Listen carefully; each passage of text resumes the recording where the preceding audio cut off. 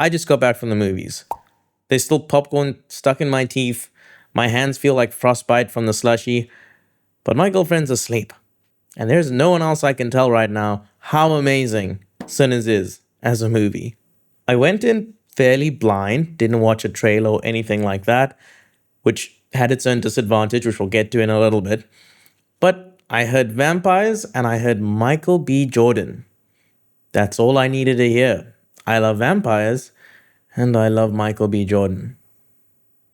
Going in with absolutely no expectations, this is the best film of 2025 so far, at least that I've seen.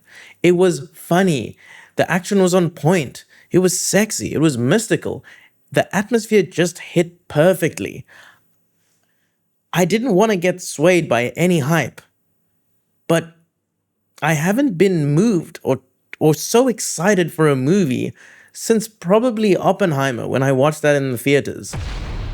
Yes, I'm saying that almost every aspect culminates in an S-tier movie experience. It's really fantastic. I realize I am getting a bit ahead of myself here, so let's take it back. The spoiler-free plot is two gangsters from Chicago who were soldiers in World War I are returning back south. They have lots of money from their gangster days and they're here to buy a sawmill to revamp it into a club for the black community. This is in the 1930s, give or take, so there's still a lot of civil injustices. Ku Klux Klan, lots of racism, everything like that. You meet a lot of characters that are important to the plot, including Sammy, their talented cousin, who plays the guitar and sings like a beast. Something happens at that opening night, and vampires are drawn in. Now, I'm a bit of an idiot, because I didn't realize that Michael B. Jordan was playing both twins for the entire movie, which made it really confusing when I saw him with both of the twins' girlfriends. I guess I thought they were two different actors, but with different angles so that they never looked exactly the same. But yeah, they looked the same, just with different clothes and some various different things that differentiated them, I guess. But I felt like a bit of an idiot, and I only realized this probably in the post-credit scene and then looked it up just to be sure afterwards. Yeah. Seeing the trailer would have helped prevent this, but now you know for sure, so you can go in blind, which is exactly how I'd recommend watching this movie. This is the kind of thing you don't want to know who dies preemptively, because the second trailer does spoil that a little bit. And to be really honest, you could go in blind, because one of the highlights for me for this movie is the sound design and audio. It sounds so good. Music is an integral part to the theme and the movie, and they really show that through the haunting audio, the songs that play. And I think maybe this is a thing that you only maybe realize when you work a lot with audio like I do, for YouTube and for my job. But the transition and timing for music was just so spot on. It built tension perfectly and carried from scene to scene in such a fluid manner. Like, that's normally something I don't try to pinpoint too much, but really listen to the soundtrack, listen to the atmosphere and everything it creates. This is the main reason. The picture is beautiful as well, but honestly, go to the movies for that good sound system.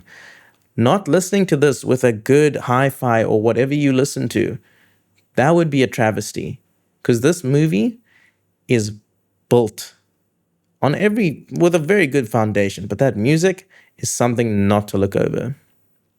And even though I just glazed the music, it's something I'm going to complain about in a different way. Because as a theme, I think there was a few issues with it, because in the intro and up until a turning point, it's quite relevant, and a little bit in the epilogue as well. But it kind of just loses meaning or relevance to the plot about halfway through, or maybe just before halfway through, which felt a bit strange. I almost thought it was going to come back in as a resolution or contribute more to the overall plot. Honestly, this is a tiny nitpick. The narrative is fantastic. I just thought it could have complemented a little bit more. Cinematography is gorgeous and sought out. You get that high level, that what you should expect of a movie, of fantastically shot scenes, angles. But I'm going to mention some of the special things about the cinematography for me is there's a lot of things that you miss out in the background unless you're paying attention. I'm going to say when the twins buy the sawmill at the beginning, you can see vultures or birds of prey circling in the distance. Meanwhile, there's vampires attacking other people. I'm trying not to give too much away, but there's some violence happening not on screen right now that could be happening at the same time.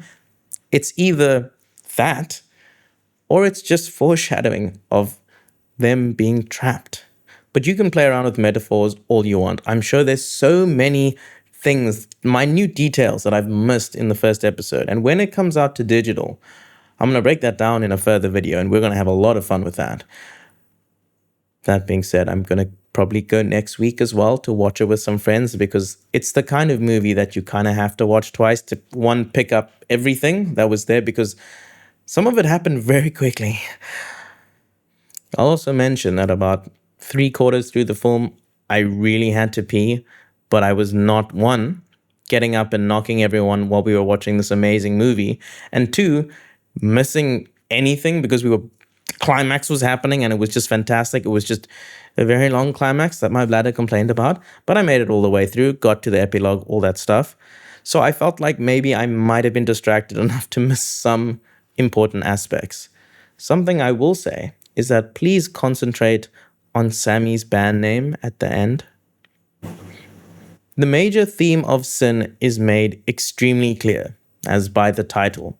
All the people that end up in that sawmill are there because of their own vices. Gambling, adultery, just plain greed for money. If I was a strict 1930s priest, I would say that there was no innocence. They all got what they came for, because they went to where the devil might go, or have his sights on.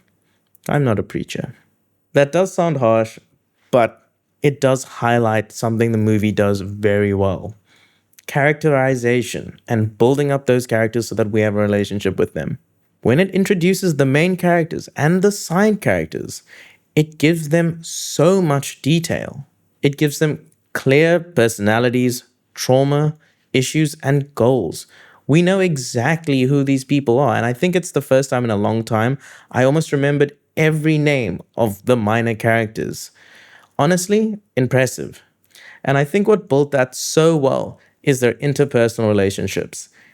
It was amazing knowing how everyone was related, who had a childhood together, and it made it that much more impactful when some of them died, because you grew so attached to them, and seeing the other characters react in a realistic way.